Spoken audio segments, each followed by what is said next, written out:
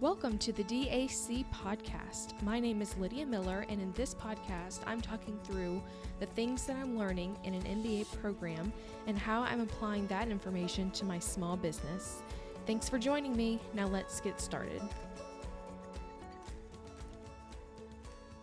Welcome to the DAC podcast, episode 20. If you are new around here, I just want to say welcome. And if you have been sticking around for a while, I want to say thank you for coming back. And I hope that I continue to give you the knowledge that you need and the information to help you grow your business as well, as we're all trying to do that together. Now, just a couple things before we get started. First off, if you are listening in real time, then I just want to remind you that on most Thursdays, not this Thursday or this next Thursday because I'll be out of town, but most Thursdays I offer a webinar. And what a webinar is, basically it's a Zoom call where I share my screen on my computer with you and I walk through a different aspect of QuickBooks Online. I try to do a deep dive into different areas and try to give you as much information as you need in about 30 to 45 minutes. And hopefully it's going to be really applicable to your small business, and so you don't have to spend lots of time Googling things and lots of time researching and reading articles for a problem that you're having. So if there is something that you would like to learn that you think I can teach, feel free to send me an email, lydia@dacbalance.com, and I can look through those suggestions and try to add it into the calendar for the rest of the year. I have the rest of the of Q3 planned out, but I can always switch things around or add more on different days if those work for you as well. Also, if you cannot make it on Thursdays at 2 o'clock, which is when I typically do these things, you can always still sign up, and I email you the link afterwards to watch the video. So don't worry about not being there. You will still get the link to the recording. And the second thing, if you are listening in real time, I also want to remind you that I am still offering consulting and coaching. Really what my goal is with this is to talk to you one-on-one, learn about your business, and then offer a solution to a specific problem that you're having in your business. And I'm using my MBA knowledge, my practical business experience, my corporate experience, and I just really love talking about business. And I don't get to do that a lot because none of my friends really have a small business, or they're not really an entrepreneur. And I just love talking about it. And so if anything, I would just love to learn about your business. So I have a few free spots left. If you want to send me an email, lydia@dacbalance.com, I can go ahead and get you signed up for that. And it's about an hour-long call, and it's it's on Zoom as well. And so we can see each other, we can see each other's expressions, we can talk through things that you're dealing with. And I also send you a recording of that later as well, so that you can listen through it later if you need to, and just try to apply as much as you can for that.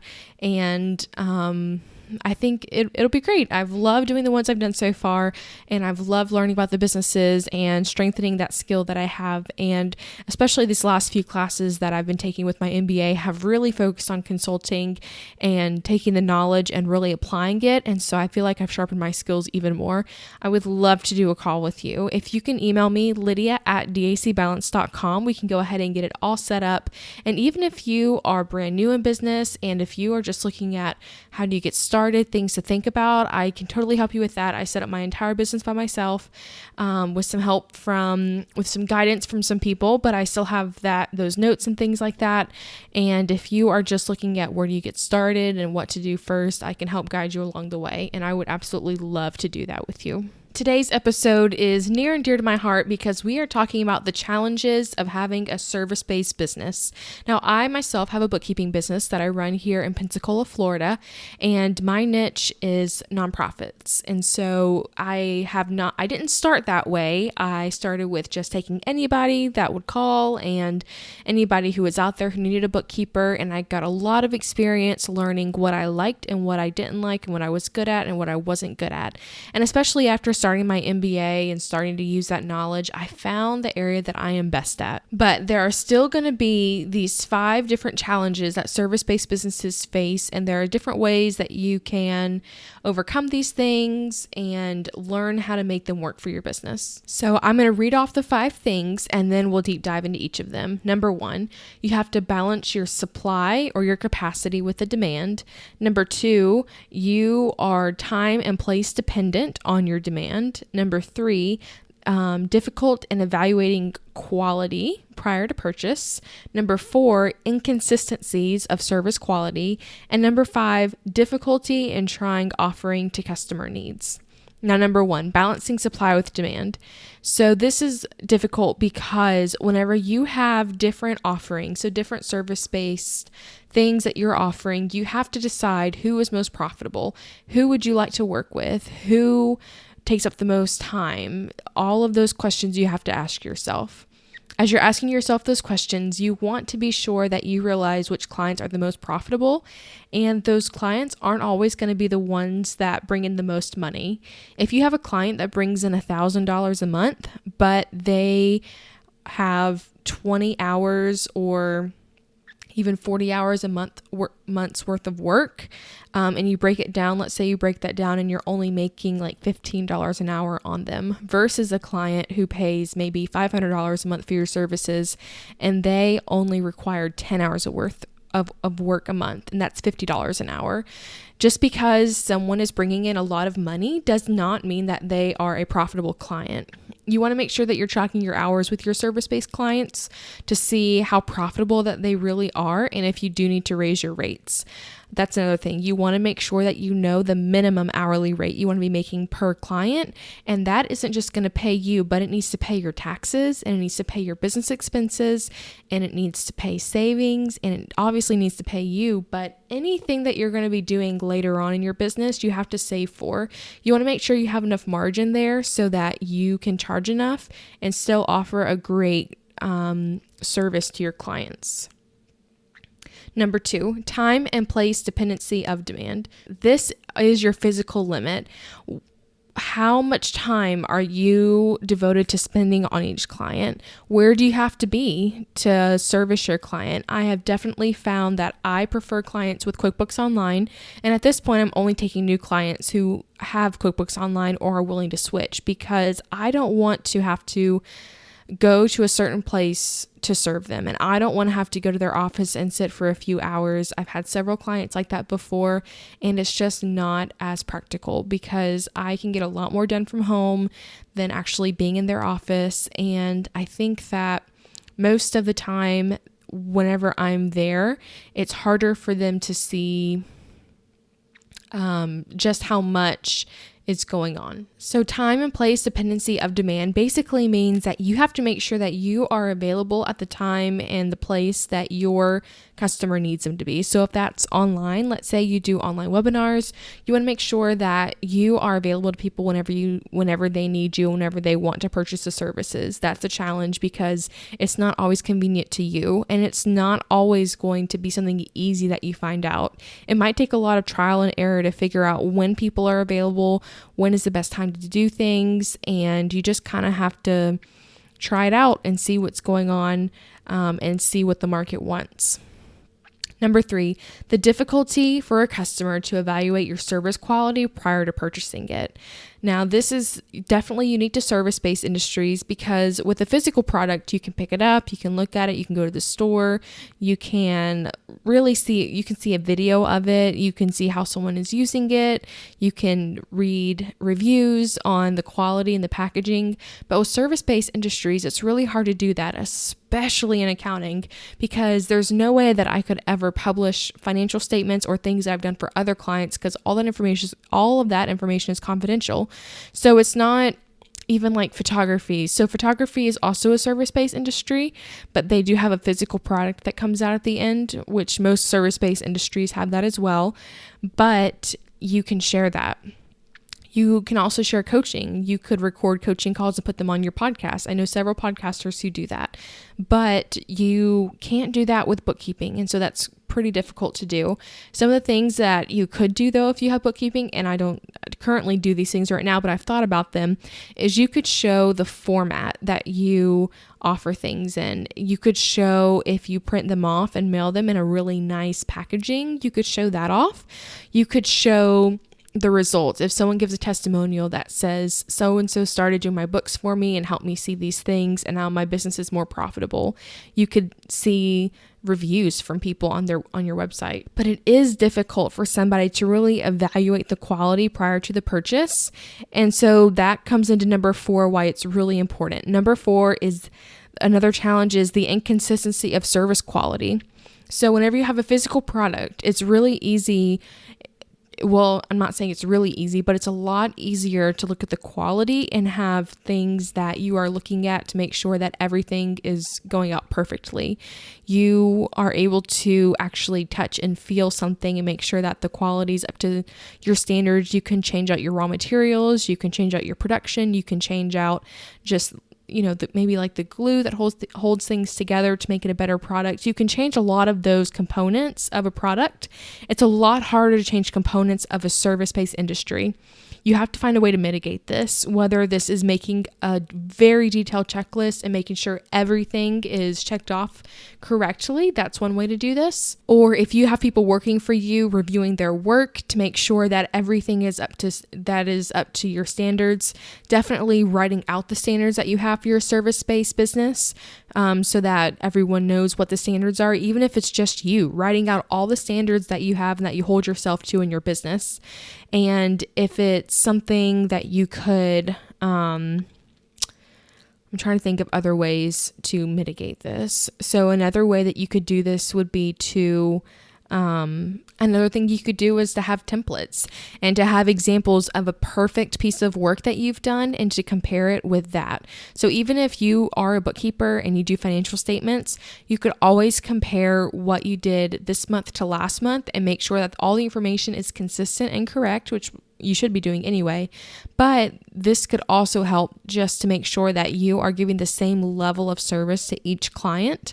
Again, having your processes written down, having your standards written down, and keeping those really, really high is going to be a great thing for your service-based business, because you are going to have a layout of all the things that you do so that even if you're having an off day or an off month or you forget something, you have those lists there.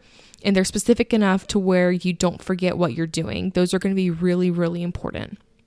And number 5, difficulty in trying offerings to customer needs. So your customers aren't always going to know that they need your product. You have to help your customer realize that they need what you're selling to them. And this is where educating your customer comes in. So whenever you have a brand new service-based industry, especially if it's something that is proprietary to you that nobody else is doing, people probably aren't going to realize that that solution is out there, that they have this need, or that where they can find you.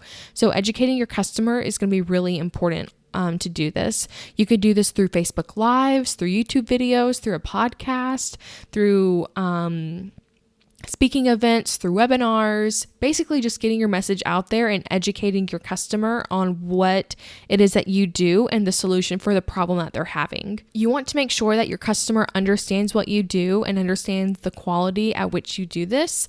And once they're able to understand that, then they can make a better choice of if they need this product now or if they need this service now or later.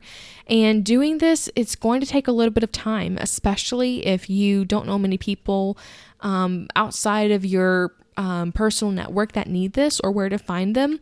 You want to make sure that you get enough exposure, whether it's in person or doing things online, that people understand where you're at and realize that just because somebody doesn't want what you have to offer right now doesn't mean they won't want it later. It could be that they're just not in a good season of life for what you're offering, but maybe in the next few years or even in the next few months, they'll realize what you're offering and want that as well.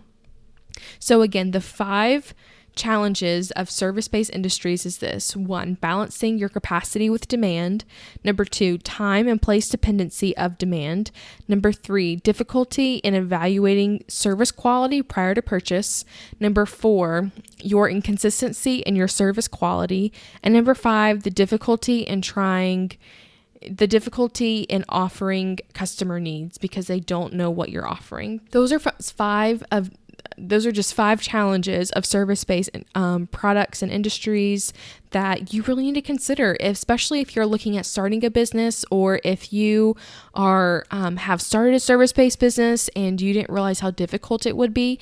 Maybe some of those things are the issues. Maybe those are some of the specific challenges that you're facing, and kind of a light bulb went off. It definitely did for me whenever I heard this in class, because I realized for sure that number 3, the difficulty in evaluating the service quality prior to the purchase, that is really difficult because I can't, email somebody an example of my work or anything like that. It's just based on word of mouth as far as what my industry does. So doing those things, there's a couple different ways that you can help market yourself and show what you're doing. I am definitely not perfect at any of this. If you haven't realized throughout this entire podcast, I am learning, and I'm sharing the information, and I'm applying it as I can. But some of the things that I'm going to be doing in the next few months are going to be like more Facebook Lives and more sharing my knowledge for free before the webinars, and in different areas like that. I've started putting up more YouTube videos. I'm going to hopefully start putting up examples of financial statements of what I'm doing and how I can use those, and they'll be for my own company because I can share that, and just different things like that, where I am going to start overcoming some of these challenges, especially of evaluating the service quality prior to the purchase, consistency and service quality. I'll probably do a teaching on how to be consistent in your service quality and on checklists, especially for bookkeepers. All of these things you have to overcome. I think I've overcome the time and place dependency because my clients are online, and only one is on desktop right now, but I'm hoping by the end of this year they'll be on online.